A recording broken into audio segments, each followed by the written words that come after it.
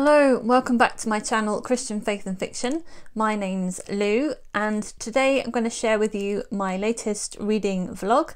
That's where I chat about the books I've been reading recently and let you know a few things that have been going on in my mind. So without further ado, let's get on with it. It's the 5th of June and I just wanted to update you right at the beginning of which books that I'm reading, and I'm actually currently reading 5 books, I think, which is possibly a bit too many, but these are the ones that I've got in paperback, and I've got one in audiobook. I am reading, this is a non-fiction, How to Write Non-Fiction by Joanna Penn. I'm reading The Two Towers by Tolkien. Christian fiction, I'm reading The Joy of Falling by Lindsay Harrell, which is a contemporary romance, and A Mosaic of Wings by Kimberly Duffy, which is a historical fiction set in India. And the audiobook I'm reading or listening to is A Romantic Suspense by Colin Coble, the second book in the Hope Beach trilogy, I want to say. It's called Rosemary Cottage, and that's I've got from the library, so that's my priority at the moment because somebody else has ordered it, so I can't renew the loan. So I think I've got a week to finish getting through that one, so hopefully I'll be able to do that and not have to wait whilst somebody else loans it in between me starting and finishing it. Right, see you later in the month. Hi all, it's Saturday the 13th of June. I've been watching the news, watching the protests in America and in the UK with the Black Lives Matter movement, and it got me to think about what I'm reading at the moment. And looking at my Christian fiction TBR, it's really dominated by white authors, and partly that's because I feel like the traditional fiction publishers for Christian fiction are really publishing almost all white authors. Almost all their books have white main characters, but it's also my own fault for not looking outside of the box and being lazy of looking at independently published authors. But I'm trying to rectify that. So I put a tweet out on Twitter asking for some recommendations for Black Christian fiction authors, and Daphne Self, which at author Daphne S, gave me a whole list of different ones that I could try having a look up. So I have picked a few books from those authors and from other ones that I found that I thought might be to my taste. So I'm going to share those with you. The first one is an author called Kim Cash Tate, who is someone that I think Stephanie over at Quilting, Beauty and Books has talked about. So I picked up her book Though I Stumble, which is the first book in Promises of God series, I think. And then I got The Trouble with Love by Tony Shiloh, Chocolate Dreams by Cecilia Dowdy, A Love Like No Other by Roshanda Roberts, and Breaking Point by Deo Benson. I think these are all contemporary romance books, or definitely contemporary Christian fiction. I'd really like some more recommendations from you. So if you can recommend to me some Black Christian fiction authors, then leave them down in the comments, particularly if you know of any who write either fantasy or mystery and suspense or historical novels, because I so far haven't found any of those ones. So that would be great if you could do that. It's the 14th of June and I've finished reading The Joy of Falling by Lindsay Harrell. This is a contemporary romance that follows two sisters-in-law, Eva and Angela, and both of them have lost their husbands, I think a couple of years back, in a diving accident. So both of them are still dealing somewhat with the grief, but in very different ways. They discover that their husbands had signed up for an ultra marathon race in New Zealand with one of their friends, Mark, and they in the end decide to run the race in their husband's place. And so the book follows their training, their kind of relationships with each other. They're dealing with grief and their emotions, or unable to show their emotions, that kind of thing. And one of them has kids, and there's relationships going on with them. Their mother-in-law is also involved, and I really enjoyed her character. So the book really follows their struggles to deal with the past, but also move on in the future. I believe that Lindsay has experienced grief for herself, losing her mother, I think it was, when she was younger. So you can really see the complicated nature of the emotions of grief that are going on in the characters. I think she really gets a good grip of that. And the struggle to move on, or want to move on, or to be able to move on, particularly with new relationships forming. There is some spiritual content. It comes more towards the end of the book, but it definitely pays off at the end. I enjoyed it. I thought she managed to deal with the topic well without it becoming really heavy, which was good, and it was still an entertaining read. So I will give it 4.25 out of 5 stars.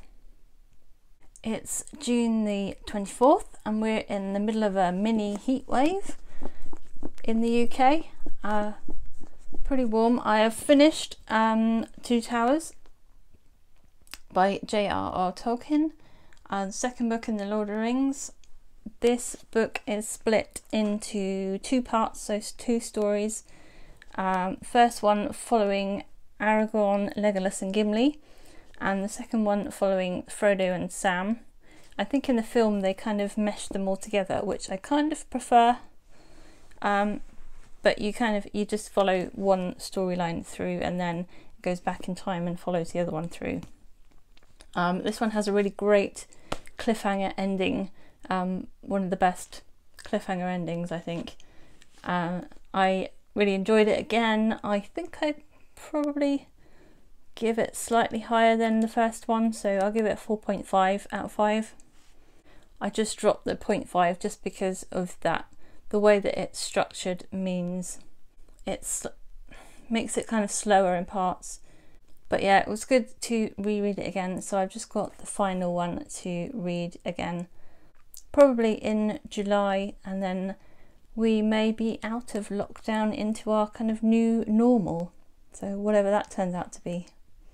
I just want to add in at this point that Holly from Lovely Day with Holly did a really good discussion video on should Christians read books with magic in them. So I'll link that one down in the description below. In it she talked about the Lord of the Rings, and I would say my take on this book is that I tend to see Gandalf as more of a metaphor for Jesus and his kind of death and resurrection, and that his kind of magical powers are a bit like the supernatural powers of the Holy Spirit. But I do think that the metaphors that Tolkien's used do get a bit close to the line. For instance, the seeing stones that they used to see over great distances are a bit too close to like crystal balls. And also when Gandalf uses his staff, which gets, has been used in later culture and other cultures to represent sorcerers and sorcery, and the kind of incantations, it gets kind of a bit close, it gets a bit too close to that kind of magic. So whilst I absolutely love these books, I don't necessarily agree with everything that's been written, but for me I still see it as metaphoric of Christian themes, but you might not see it that way. But if you want to go and take part in the discussion, go head over to Holly's video and take a look at that and add your thoughts in the comments. It's the 28th of June and I want to tell you about another book that I finished this week. That is The Edge of Every Wen by A.S. Mackey. This is a book that I got free from NetGalley. I requested it from the publishers and they were kind enough to send me an ebook copy of it. This is a magical contemporary middle grade novel. It follows Piper and her younger brother Phoenix, who has autism. At the beginning of the book, they lose their mother and their father has already disappeared, so they're sent to live with their aunt in a house kind of far away, big house with a butler, and in that house there's a library and a magical book. This story is unusual because it's told from the perspective of the book. I thought it was going to be a story a bit like a Narnia story where they went into a fantastical world, but it is a contemporary, but with this kind of one magical element. I really enjoyed it. I gave it 4.5 out of 5 stars. I thought it would be, judging by the reading age, it's suitable for the middle grade probably, but I could see parents reading it to their younger children. The book is, when I say the book is magic, it's not like a book of spells, like a magic book. It's magical rather than magic. I thought the style was quite kind of whimsical and fun, and I enjoyed the characters. I enjoyed the relationship between different characters and seeing how Phoenix's autism played out, how it affected the family.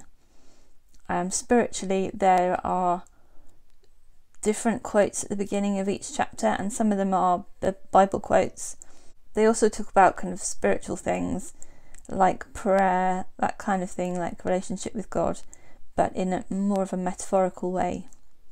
So yeah, I enjoyed it. I realised looking back on my vlog that I forgot to tell you about Colleen Coble's book, Rosemary Cottage. This is the second book in the series. This follows Amy, who is a midwife who comes to live on Hope Island because she wants to find out if what she thinks is true, that her brother's accidental death is not an accident. And also Curtis, who is a Coast Guard, whose sister also died, and he's looking after her, his sister's daughter, Rain, who he doesn't want to say who the father is, in case they take her away from him. So this follows both of them. It's got a sweet romance to it, but this one is much more, has a lot greater suspense plot to it than the first one. So this one had a lot more drama and lies, and it's more like a thriller in the style of it, whereas the first one I think was kind of 50-50 romance and suspense. This one I would say more 30-70 or 40-60. There's a greater amount of the suspense plot to it. I gave it 4.75 out of 5 stars. So as you can see, I didn't manage to get to Mosaic of Wings. I've got about 25% of the way through that book, so that's my priority for next time. Also the third book in the Colleen Coble Hope Beach series. I hope to get that one from the library in July. So all in all, I read 1 non-fiction book, 1 reread, and 3 Christian fiction books that were new to me. Let me know in the comments what you've been reading recently and any books that you've enjoyed. And until next time, I'll see you again. Bye!